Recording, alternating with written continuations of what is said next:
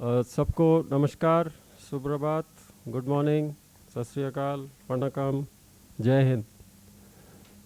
आप सबका एडीआर का ये 16वां नेशनल कॉन्फ्रेंस में बहुत बहुत स्वागत है। इससे पहले कि हम आज का प्रोसीडिंग शुरू करें, मैं आप सबसे रिक्वेस्ट करूंगा कि काइंडली खड़े हो जाएं। Please stand up for the national anthem and we will sing it ourselves, there is nothing recorded. Jana Gana मन अधिनायक जय हे, भारत भाग्य विधाता। पंजाब सिंध गुजरात मराठा, द्राविण उत्कल बंगा, विंध्य हिमाचल यमुना गंगा, उच्छल जलधि तरंगा। तब शुभ हमें जागे, तब शुभ आशीष मांगे, गाए जब जय गाथा। जन गण मंगलदायक जय हे, भारत भाग्य विधाता। जय हे, जय हे, जय हे, जय जय जय जय हे। थैंक यू, धन्यवाद। कृपया बैठ जाइए। जैसा कि हमारी प्रथा होती है, हमेशा कोई भी कार्य शुरू करने से पहले लैंप लाइटिंग की जो हमारी प्रथा है वो हम करेंगे। और मैं रिक्वेस्ट करूँगा, अभी जिन जिन को मैं इनवाइट करूँगा वो कृपया करके स्टेज पर आएं और ये लैंप में अग्नि प्रज्वलित करने का हमें अवसर दें। So professor Chhokar and Mrs Chhokar please, Ajit ji and doctor Zaidi please, and somebody to just escort Justice Chapalgaonkar.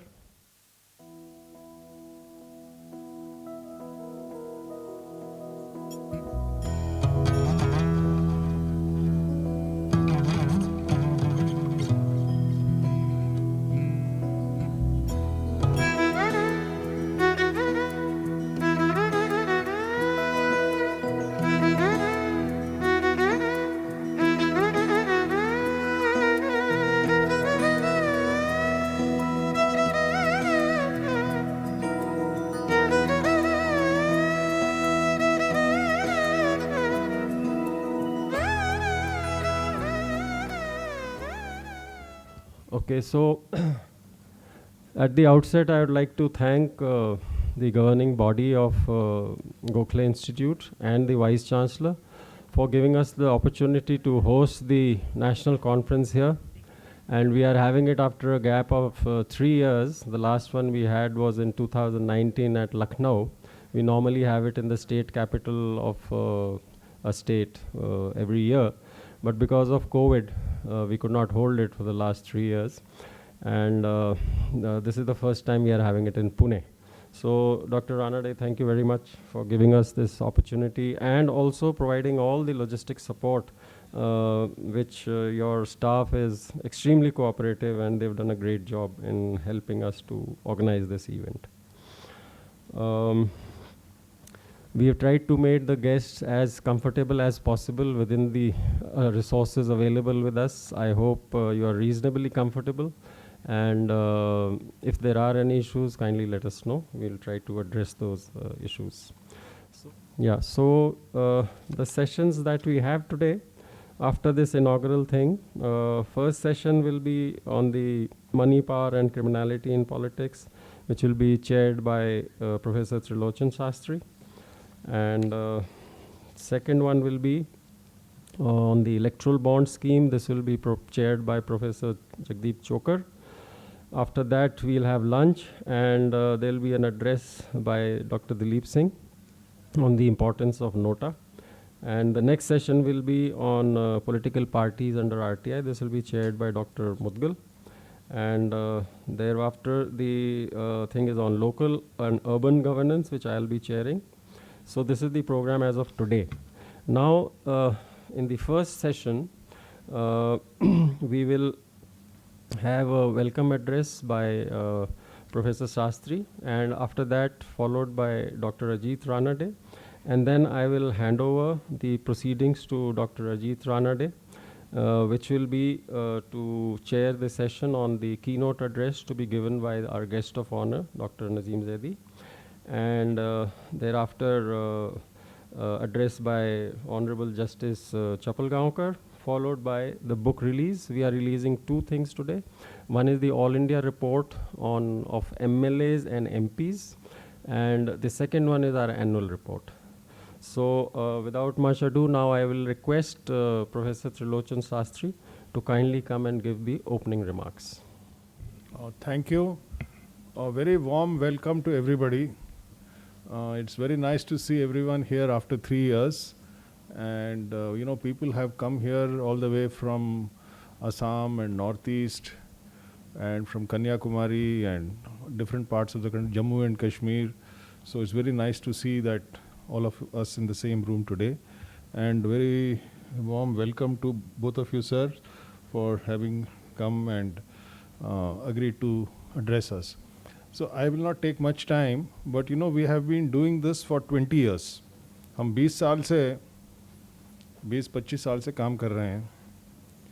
So one thought that constantly comes is that what have we achieved and what is there yet to achieve. So I've been thinking the following, and we would need your suggestions. We have 2 days to get everybody's views on this, because democracy is not something that somebody says and others do. It is everybody has to discuss and come up with it.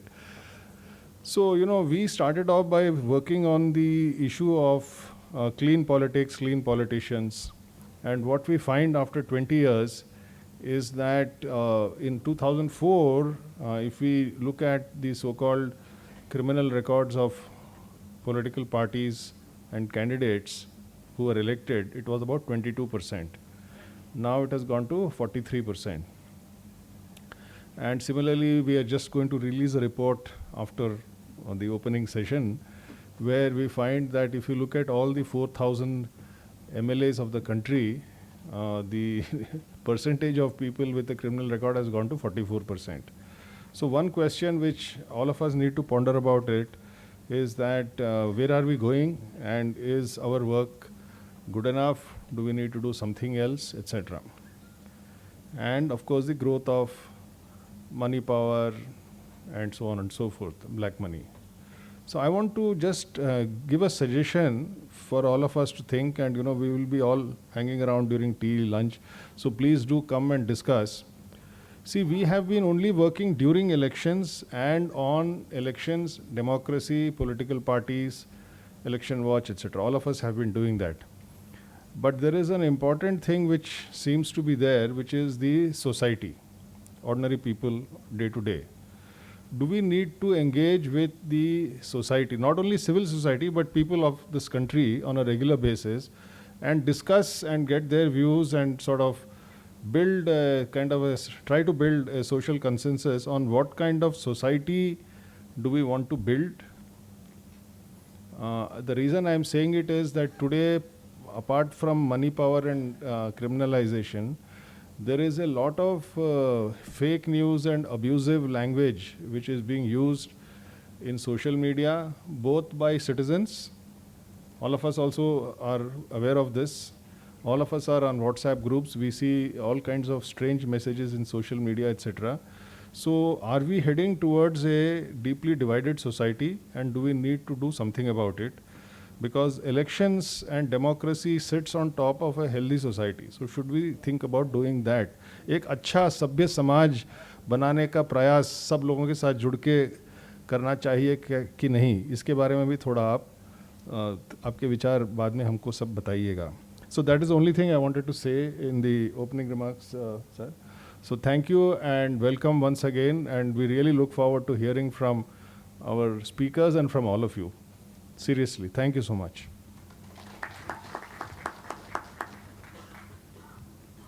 So thank you, Professor Shastri. I also wish to welcome all our esteemed panelists who arrived they just arrived when we had started the proceedings. Thank you very much for taking the time out, and I know some of you are very busy with the sessions of the assemblies and all about to start. Thank you very much. So now I'll request Dr. Ajit Ranade to kindly start the proceedings as per the schedule. You please come and give your opening remarks and thereafter keynote address. Thank you, General Verma, and good morning to all of you, and welcome, swagatam to Gokhale Institute, since I'm also wearing the hat as the head of this host institution. We have privilege and we are proud to be hosting the 16th annual National Conference of Association for Democratic Reforms. ADR as a formal entity is now 24 years old, and as General Verma said, we have been hosting this annual conference every year in different state capitals, except for the last 2-3 years because of COVID, we were not able to hold the annual conference, and this year we are very privileged to host it in Pune, and particularly Gokhale Institute, it's a privilege for us. Just 2 words, a few lines about Gokhale Institute. Gokhale Institute was set up by Servants of India Society, Bharat Seva Samaj,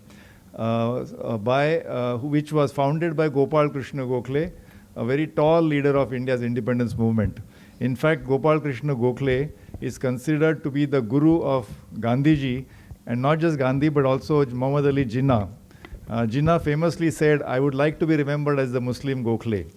Unfortunately, he passed away young at the age of 49. He served a full time as a professor of mathematics in Ferguson College right next door, and then he entered public service and he made immense contribution. And Servants of India Society is possibly India's first organization committed to social reform, such as in those times, as you know, social reforms like untouchability and widows and child marriage and in a whole range. Of course, what happened, this is my analysis, that subsequently when Mr. Gandhi became the leader of the independence movement, he, I think partly because of the influence of Gokhale or otherwise, actually brought the entire social reform to the national movement. So in fact, that's how social reform and independence movement became together, and in a way it was taken up by the leaders of the independence movement. So this is Servants of India Society. I think we have this legacy. And Gokhale Institute was set up in 1930. It is a place which is associated with very significant and impactful research in all aspects of India's development. You might know that we now have a National Rural Employment Guarantee Scheme, which was conceived in this institute in the early 70s, which actually began its life as Maharashtra's EGS, Employment Guarantee Scheme, called Rozgar Hami Yojana. मी थोडंसं इंग्लिशमध्ये बोलेन, थोडं मराठीत बोलेन. मला माहिती आहे की काही लोकांना मराठी पुण्यात आपण आहोत, so Marathi would be preferable. But as General Verma said, we have people from all states of India, and a warm welcome to you from Jammu and Kashmir to Assam and from the south, from Orissa. So this entire conference is going to be multilingual. So as I said, Gokhale Institute has done some remarkable work, and Employment Guarantee Scheme became National Rural Employment Guarantee, and this was conceived here in the days when the directors like Dandekar were here. India's first official poverty estimate was done in a very remarkable paper by Professor Dandekar and Rath, and we just celebrated 50 years of that paper last year. So a lot of work has been done. We are the independent, autonomous and all India university, and we offer, of course, masters and PhD and now undergraduate program. All of you are here for the conference. You are welcome to see the campus. Right next door, the next door building, which looks like a heritage structure, is the building where the Constituent Assembly debates took place, some of them, prior to 1946. There is a nice banyan tree which we call Jnana Vruksha, the tree of knowledge, under which people like Dr. Ambedkar have given speeches. I think Gandhiji also had a session under that tree. It is still there, and we like to hold events there. We were not sure about the rain, otherwise possibly, I was telling General Verma, maybe this conference could have been held under the tree. So this is quite a historic place, and you're all welcome to spend some time. Now, as the host or chair of this morning session, I just want to make a few remarks on the theme of ADR's work and continuing work of all the civil society organizations, citizens organizations, काय म्हणतात मतदार जागरूकता. I just want to make 3 comments by way of putting it in context. On I think 11th June 2014, Prime Minister Modi's maiden speech to the Rajya Sabha, the first speech that he made in Rajya Sabha, before that he had given a speech in the Lok Sabha, was on this notion of cleaning politics. For him, he mentioned it is a very, very high priority that we have to have our political process has to be cleansed, which means we need cleaner candidates, we need cleaner processes, we need more transparency in political funding. That was a major theme of his speech which he made to Parliament, and his government or his policies was to put priority on this. I think this is something that we need to hold the government accountable for, because this is something which will happen with public pressure. Prior to that, on July 4th, I think, July 4th or July 5th, 2004, right after Prime Minister Manmohan Singh took office, one of the first actions he did was he wrote a letter to the Chief Election Commissioner then, Sir Dr. Zaidi, and he said that, the Chief Election Commissioner wrote a letter to the Prime Minister Manmohan Singh saying that a very comprehensive list of political and democratic electoral reforms that we need to cleanse politics. So even during Manmohan Singh's tenure as Prime Minister, this was a very important agenda. If you go back, during Vajpayee's time, Mr. Prime Minister Vajpayee spent 47 years in Parliament. Of those, 40 years were spent as in the opposition. So he also contributed to strengthening India's democratic processes, democratic governance, by being a very, very significant and important member of opposition. And he too made a famous speech. You can look it up on YouTube. He too made a famous speech ki any political process which has roots in not so clean money or clean politics cannot be good for India. So, and then you can go back to Prime Minister Narasimha Rao. During his tenure, we had the famous NN Vora committee, which talked about the tainting of politics and the nexus between criminality. And so I'm saying this is an issue which is very important, and from the highest office in the country, that is for the Prime Minister's office, this has been articulated. And all of us as citizens are trying to work towards cleansing this. So this has been ongoing, as Professor Shastri said, people ask, iska asar kya hua? Aisa parinam kya zara, tumhi je karta hai the. These are unseen. This is unseen. I'd like to quote a famous saint of India who said ki, agar aap raat ko 3 baje bahar jayenge, to there is night in the sky. So you feel dismayed. Abhi bhi andhera hai, raat hai. Aap 3:30 baje aayenge to dikhta hai ki andhera hai. So you get dismayed. At 4 baje aayenge, we still dark. But gentlemen and ladies, the night is passing. The dawn is going to come. So therefore, the night may be passing, but I think we are making progress. But let me not get too poetic about this.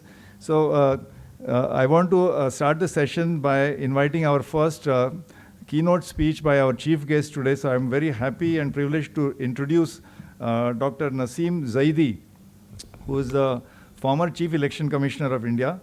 Dr. Zaidi has a PhD in biochemistry, and we have several scientific journals to his credit, including, and he has additional degrees of Master of MPA, Master of Public Administration from the Kennedy School of Government in Harvard University, a postgraduate diploma in business finance, and some other educational distinguished achievements. He has been a distinguished civil servant from the 1976 batch, and he's handled several portfolios. I won't list all of them, but I want to especially mention his tenure as in the Civil Aviation Ministry, where a lot of reforms happened under his watch. He was instrumental in the setting up of the Hyderabad and Bangalore airport, which are considered to be quite benchmarks. And in the financial restructuring plan of 2012, which finally saw culmination recently, he formulated. He was involved in PPP schemes for modernization of the airports and Airport Economic Regulatory Authority and so on. Most importantly, he served, after his career as IAS officer, he served for 5 years in the Election Commission of India, and 2 of those years as Chief Election Commissioner. And during his tenure was the 2014 national elections were conducted. And there were many other reforms that happened during his time, but he was especially active on voter poll purification, cleaning the voter rolls. One of the agenda is also to have clean voter rolls, have accurate and clean voter rolls. So cleaning voter rolls, then the voter awareness programs, getting young people to register as voters. Often what happens is the young people, we don't have enough registration. And then of course he has been active internationally. He's been associated with the Cambridge Conference on Electoral Democracy in the Commonwealth countries. He has served as a senior electoral advisor to the Commonwealth of Guyana and conducted general elections in that country in 2020. He's been part of the observation missions in other elections like in Sierra Leone on behalf of the Commonwealth. I must also mention that he has been a well-wisher and supporter of ADR, and he readily agreed to be the chief guest for this function. And we have welcomed him earlier, so we are very happy and proud to welcome him today as the chief guest, Dr. Nasim Zaidi. Please welcome him. So thank you very much, Dr. Ranade. I'm very happy to be, actually, first of all, I must thank Dr. Ranade because he is the local host. And I'm so pleased to be here in your institute, particularly to hear the history of this institute, such an illustrious history. And your famous banyan tree, which you must preserve. I will narrate a story, what happens to such highly revered trees like banyan trees here. So thank you very much. So General Verma, Professor Sastry, our former Justice Narendra Chapalgaonkar, Professor Chokar, and all distinguished guests here, ladies and gentlemen. First of all, thank you very much for inviting me to this 16th annual National Conference on Electoral and Political Reforms, jointly organized by ADR and Maharashtra Election Watch, which you act as a coordinator, I believe.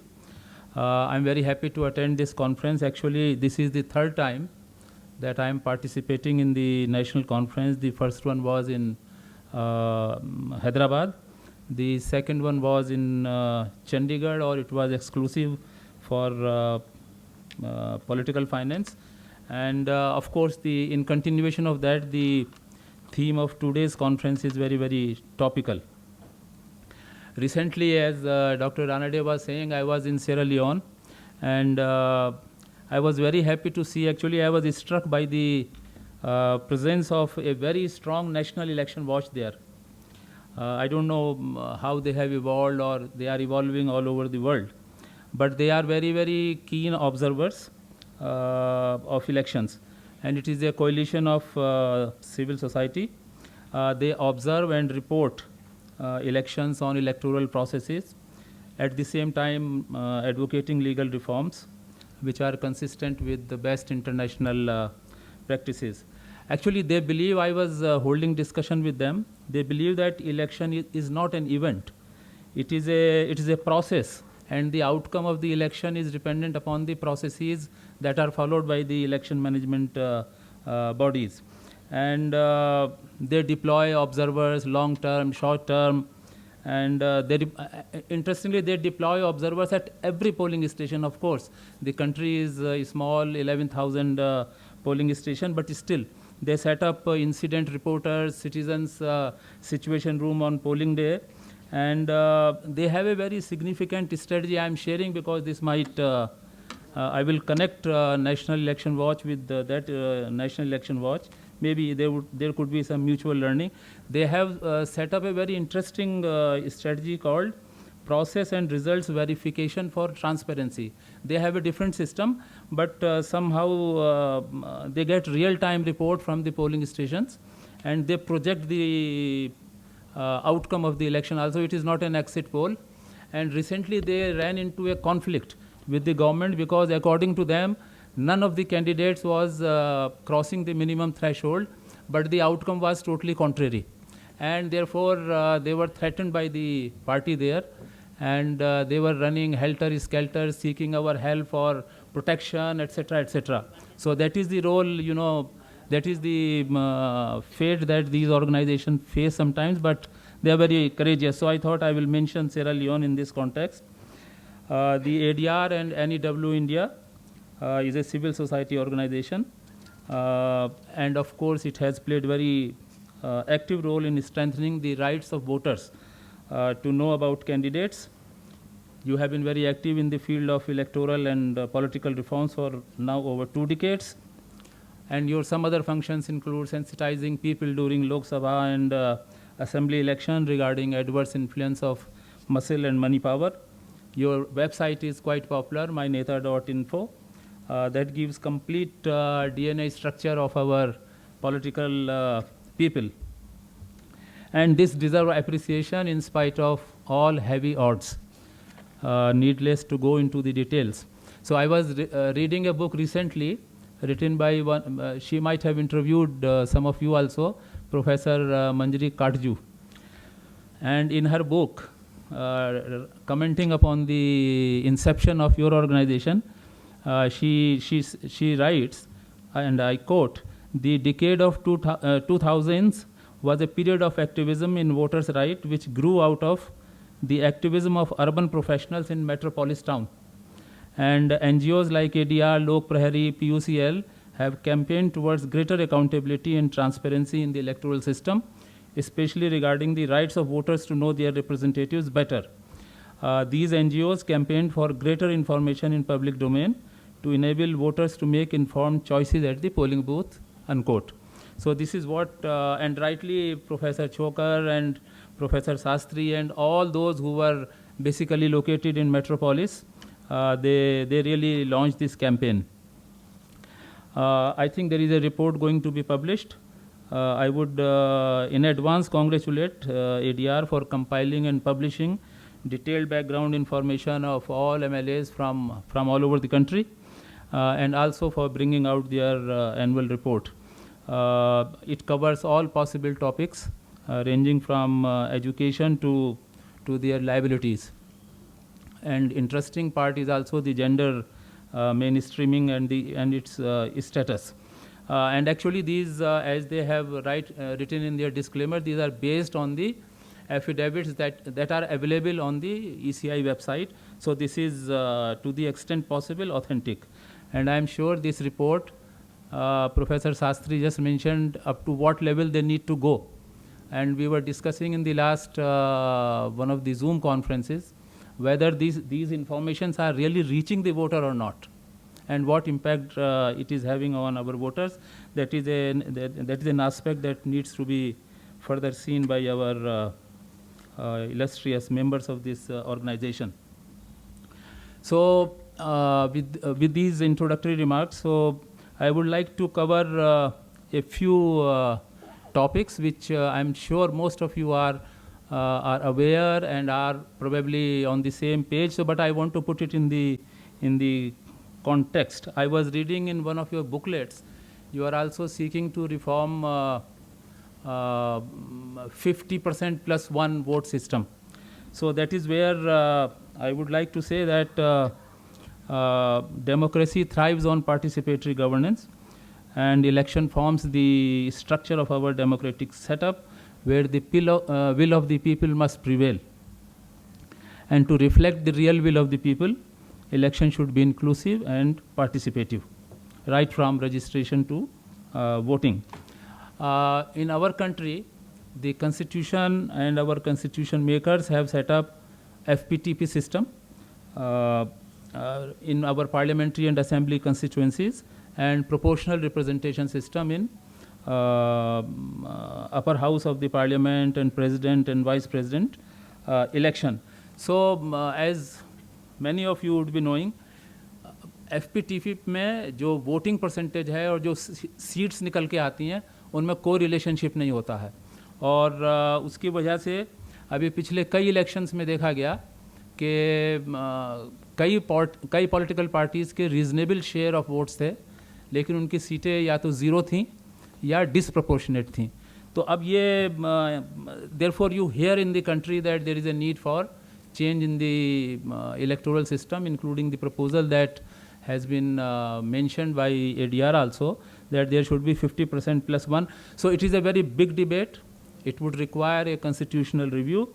It is very, maybe it is desirable, but I don't see this happening in foreseeable future, because this is a very, very big change in the system. Large number of countries are either switching over to proportional representation system, where there is a relationship between the votes and seats that come out, and they are switching over to a mixed system, where you have some seats are allocated on the basis of proportional representation, and some seats are through the FPTP system. In any case, this is a very big change that I don't know when will it happen. But as you rightly said, that the night is getting over. It will end somewhere it will end.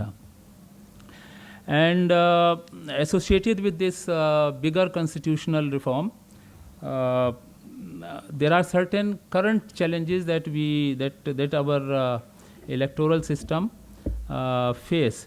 And the most important thing that has happened, and I would mention one to begin with, the independence of our election commissions. Our constitution has provided an independent election commission. Ideally, it should be free from influence, political influence, and ideally insulated from the executive of the day. It has transitioned from a single CEC to a multi-membered body. CEC is highly protected because he can't be removed by way of by any other process other than the impeachment. But such protection is not available to our election commissioners. It again depends, in our time at least, I would say, in all humility, we used to treat election commission building as an island within the country, free from all kind of influences. So there have been persistent demands and recommendations from various committees, ADR, civil society, the election commission itself, in which they suggested a change in the process of appointment of CEC and EC to impart neutrality. This has been going on for a very long time, and it reached nowhere. In fact, since 1990, after the Goswami committee. So I would congratulate, because ADR was one of the parties in that writ petition that was filed before the Supreme Court. And after hearing the whole issue on three matters: the appointment process, the consolidated fund being available to the Election Commission of India, and having a permanent secretariat. It's a very historic judgment. I'm sure many of you would be aware of it, but just to capture 3-4 points. So one, of course, is very clear that now CEC and EC will be appointed by the President on the advice of a committee comprising of Prime Minister, Chief Justice, and Leader of the Opposition. And the permanent secretariat and consolidated fund availability, they have not passed any judgment, but they say that we make a very fervent appeal to Union of India and the Parliament to legislate upon this issue. And you know, many people outside may not know that how finances of the Commission can really cripple its functioning. Although I must say that it has never happened in our election commission, because election commission's spending capabilities have never been challenged. In fact, when I was CEC, there was one occasion when our expenditure at polling station was sought to be scrutinized by one additional secretary in the Ministry of Law, and we refused that. You cannot see, this is our discretion. So that is how the executive can cripple your functioning, and they can really starve you of funds. And actually, in the wordings of the Supreme Court, it says that if your funds are cut off, if you are starved off, then it would not be unnatural if faced with the prospect of it not being supplied with enough funds and facilities, a vulnerable commission may cave into the pressure from the executive, and thus would result in insidious but veritable conquest of the otherwise defiant independent commission, unquote. That is the impact of the finances it has. The majority judges have rejected whether the same protection should be given to ECs, and but there is a separate judgment of Justice Rastogi which says that it must be extended, and his terms of condition cannot be changed. So this ruling has been welcomed by everybody, that it will definitely bring improvement in the process of appointment and bring closure to a very long-standing demand. Now, going forward from here, we expect that an appropriate law will be legislated by the government. And of course, until such a law is made, these norms will continue. And we hope that the collegium will make the best selection of future incumbents in the election commission and would bring a shade of neutrality on the CCs and ECs. And lastly, the new collegium system, while imparting independence, but my personal opinion is it all remains and rests with the incumbents. How much assertive they can be in the organization. You can have the best person, but so it is all dependent upon the independent, but framing a law and following this process itself is a very big achievement, and all the parties to that case deserve appreciation. So this was one important part of the current challenge. We hope ECI will improve thereafter in terms of neutrality. The second aspect, of course, so much talked about is the criminality in politics. I don't have to belabor the point to impress upon the need of decriminalization, because the increasing trend, as Professor Sastry said, it is doubling. And this is going against the spirit of the constitution makers, who wanted man of integrity, man of character in our legislative bodies to provide better governance.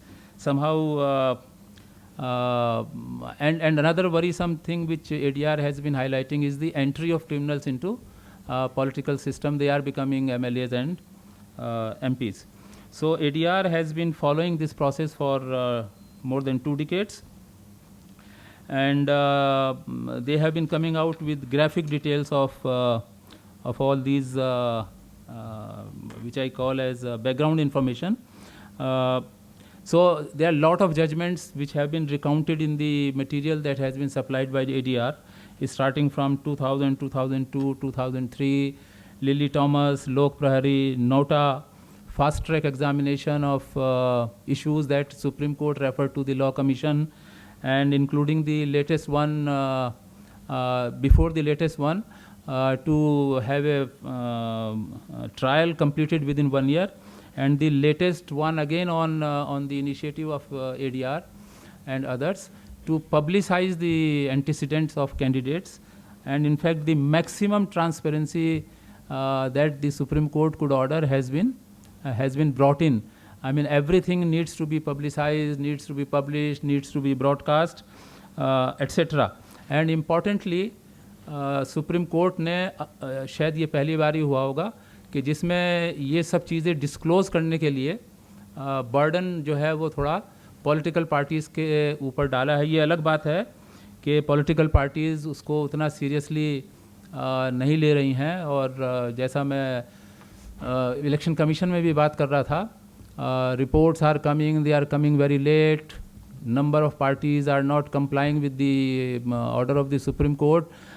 So the Election Commission has been filing sort of reports to the Supreme Court of India, but not very good development that has taken place is that the Supreme Court has directed you to go back to the Election Commission, and that is where the problem arises, because the Election Commission has no power to deregister and or to take any action. They can issue the notice, reply comes, and that is all. Probably going forward, maybe withdrawal of symbol, etc. Will have to be resorted by the Election Commission of India to have a real impact. Let us see how they are going to work. Now there are a couple of important cases pending in various high courts.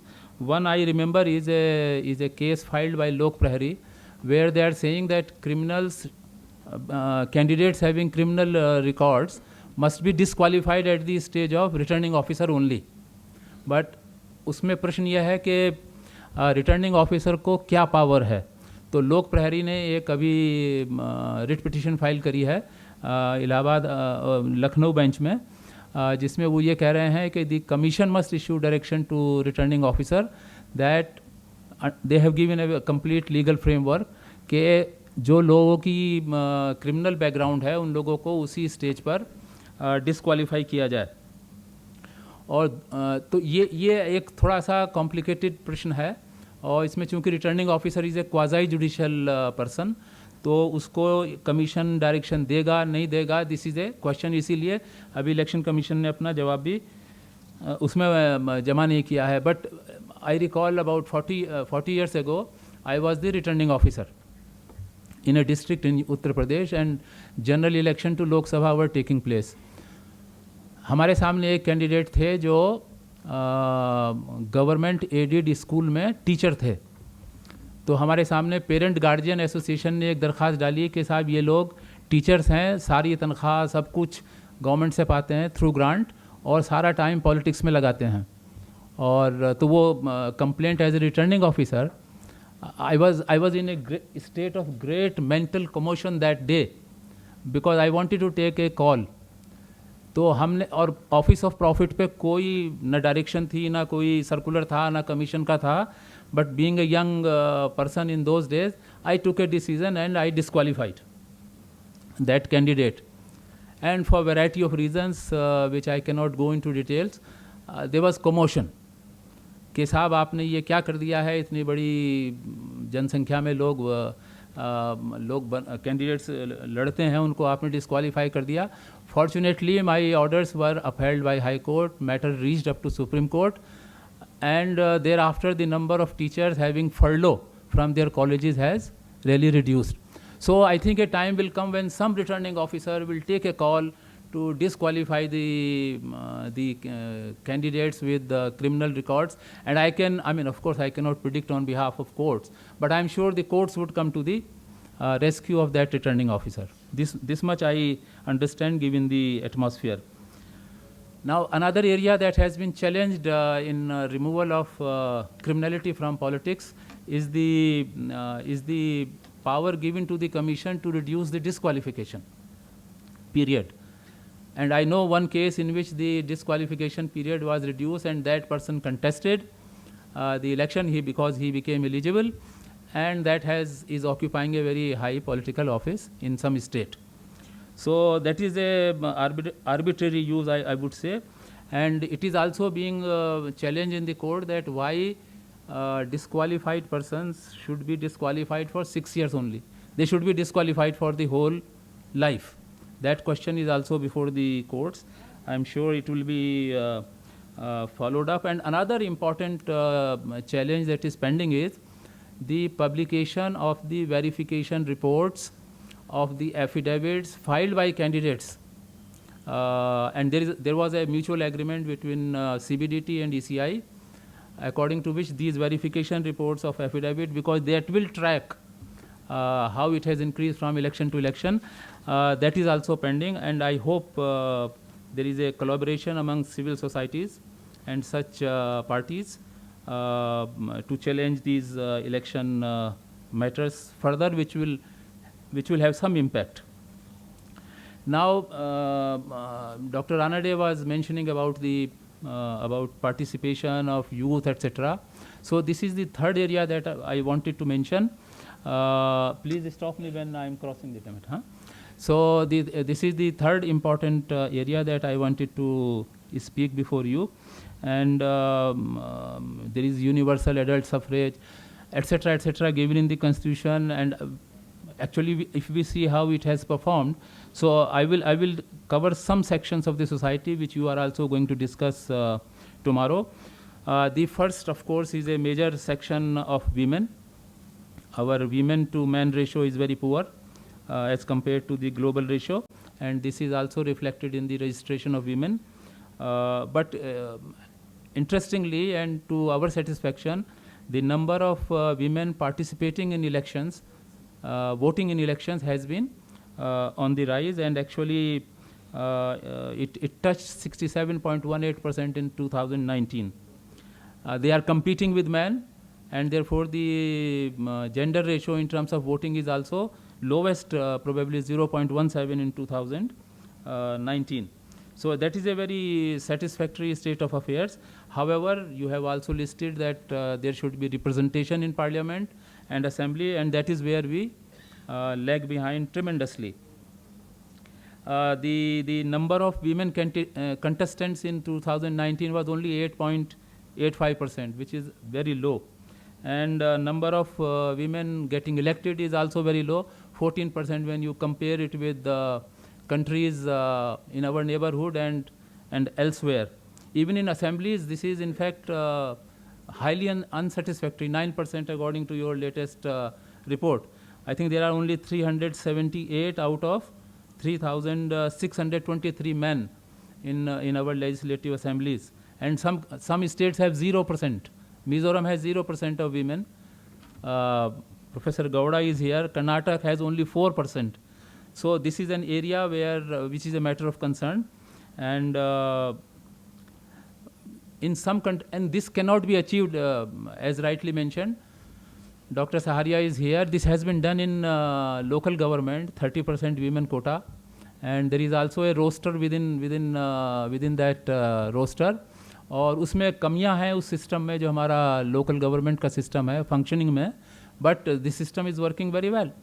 And all of you are aware what happened to our women quota bill in Parliament and Assembly and how it was not voted because there was an issue of quota within quota.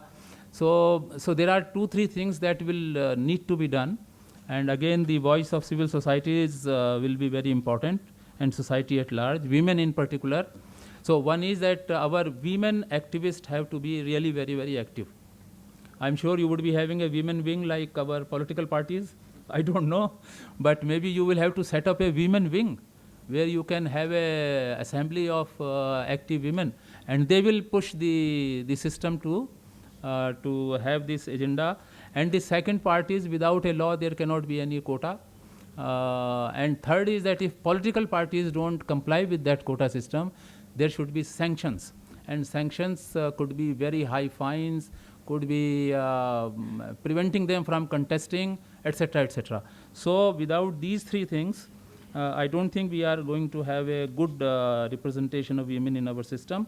And I think the issue is almost nowhere for many years now, and therefore there is a need for a renewed efforts by all stakeholders to press political system to provide a better gender representation. But I have an idea, and which I could not do. Probably ECI can, under Article 324, issue directions to political parties, which is very much within their realm, that at least in the party structure, because registration and there are regulations there, in party structure they must have 30% quota in their structure as well as in their decision-making body.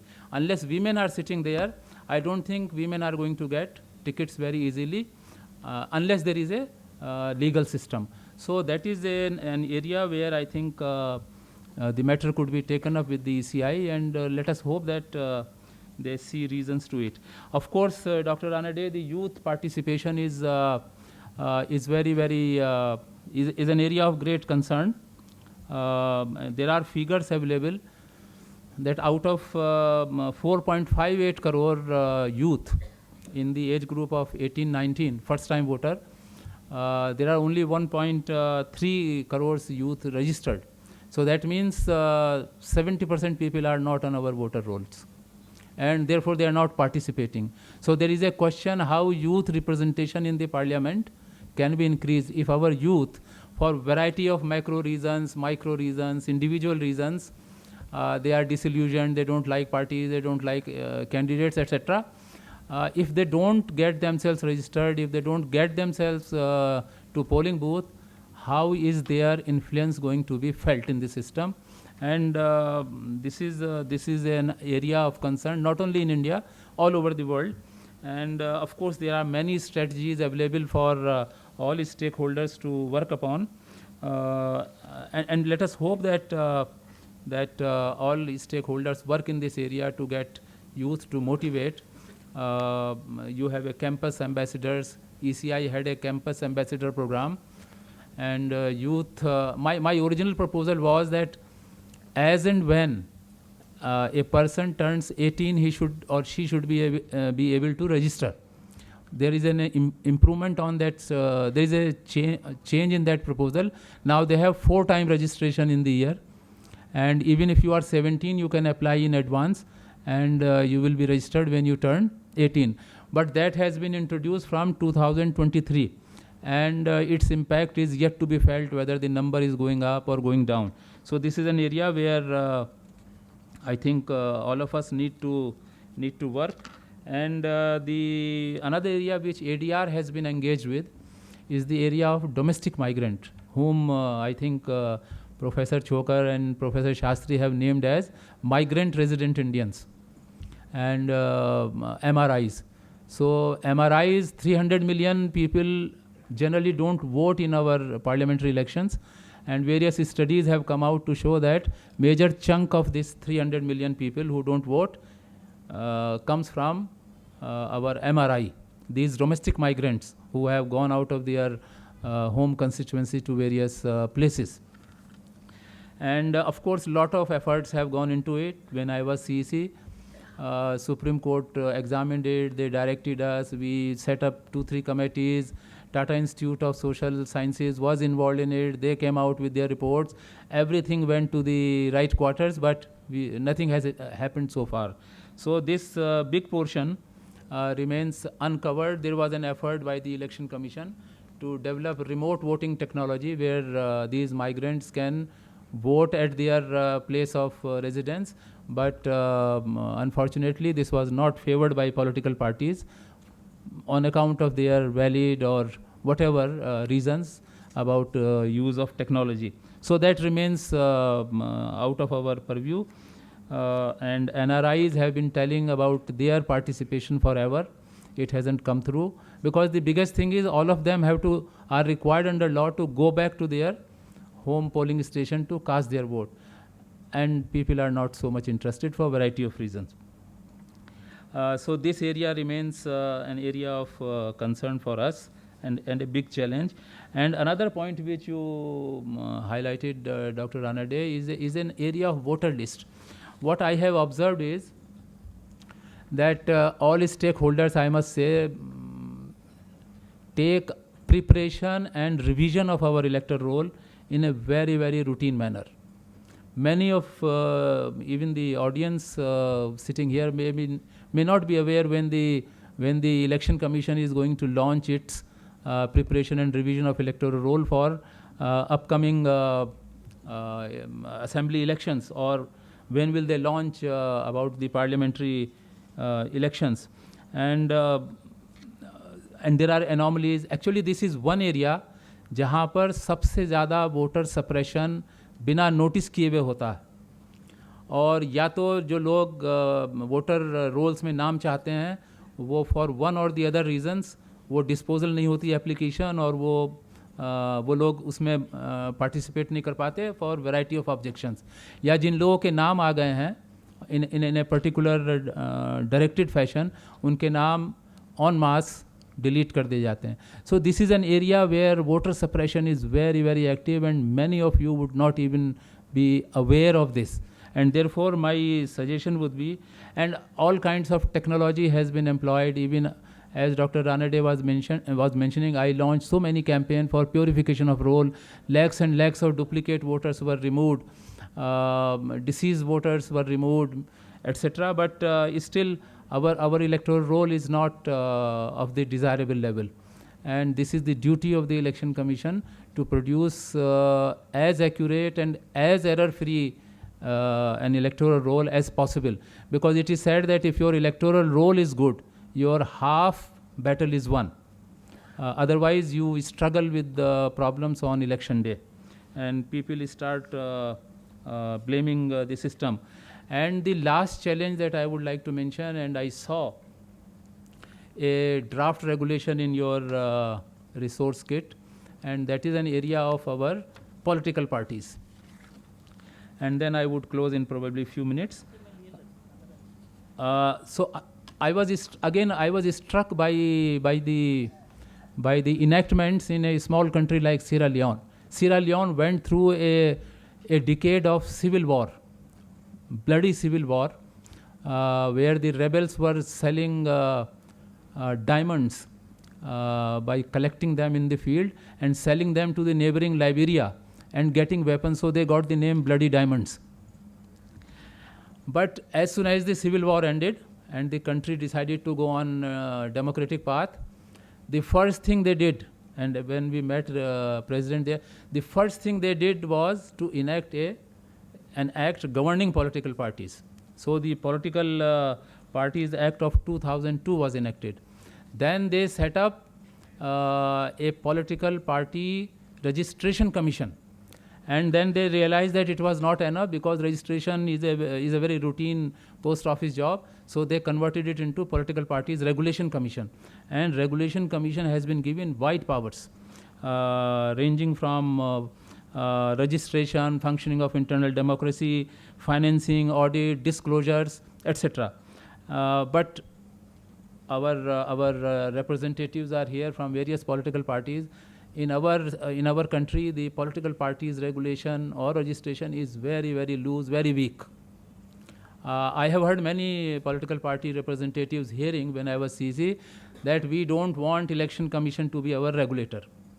I'm not saying everybody doesn't want it, but if that is the mindset, then it is very difficult to regulate or even to apply registration rules to political parties. And you know, our Representation of People Act has just 3 sections, which are, I would say, perfunctory.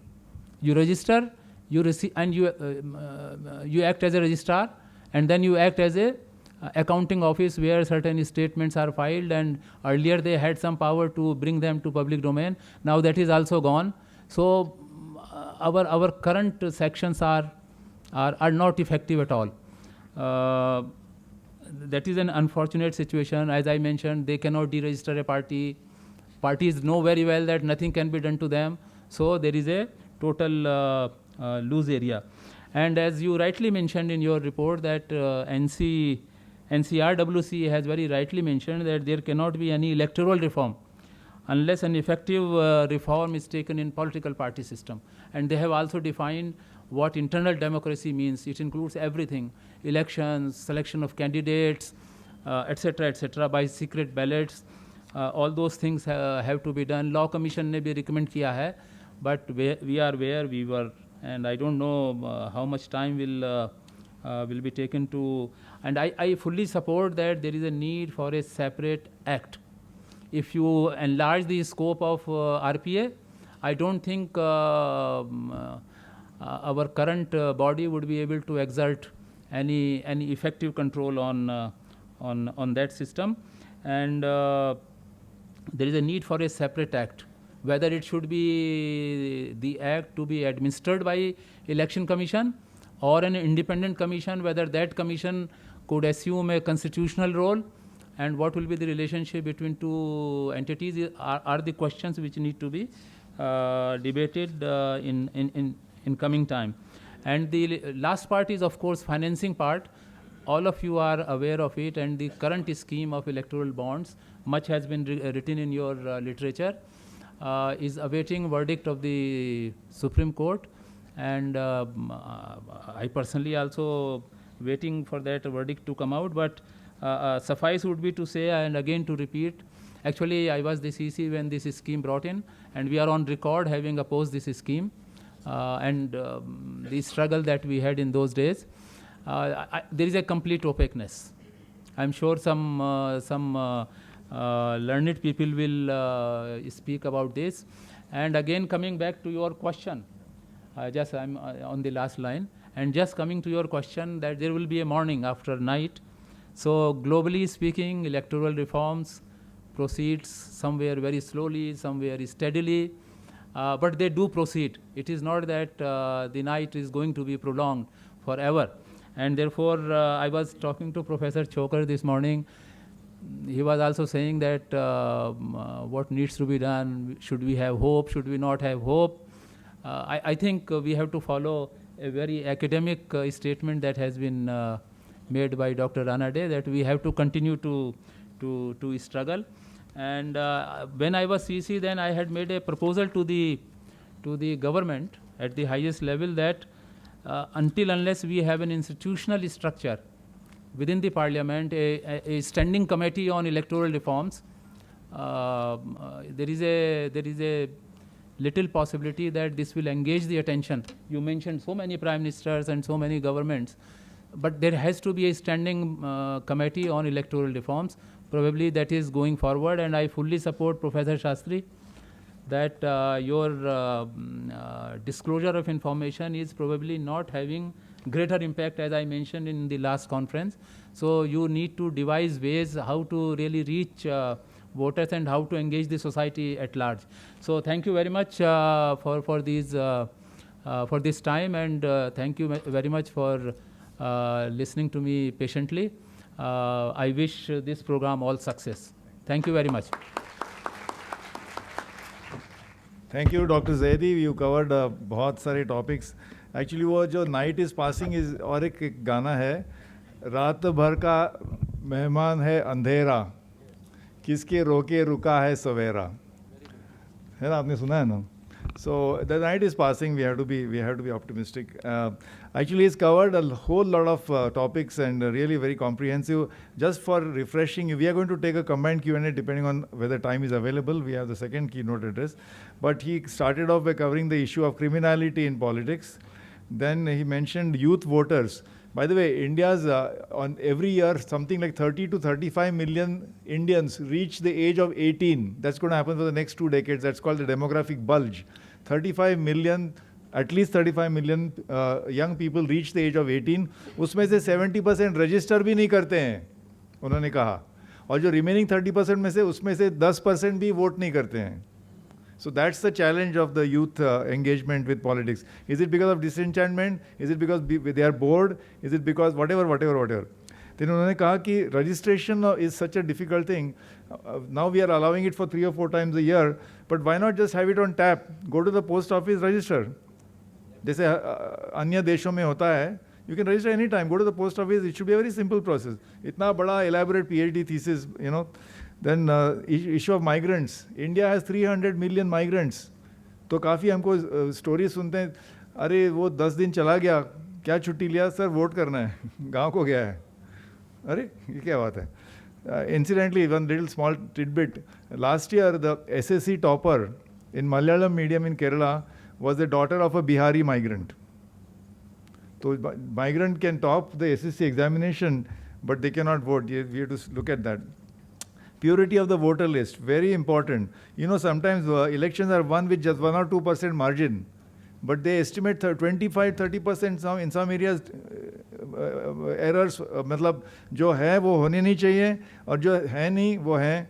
मतलब people who have died are still on the voting list. So the purity of voter list. Then he talked about maximum voter suppression happens in the registration. He mentioned internal democracy. देखिए Mr. Paswan भी यहाँ पे हैं. We are a free country. We have freedom of choice. हम लोग जाके vote करते हैं, मतदाता जाते हैं. लेकिन अब जब वोटिंग बूथ को जाते हैं तो हमारे सामने एक मेनू आता है. इनमें से चुनिए 10 नाम. अरे हमको मतलब ये 10 नाम आप किसने थोपे हमारे पे? How did the 10 names? So how did these 10 names come on the ballot? We have no say on that. आपके सामने रखे हैं 10 नाम, उसमें से choose कीजिए.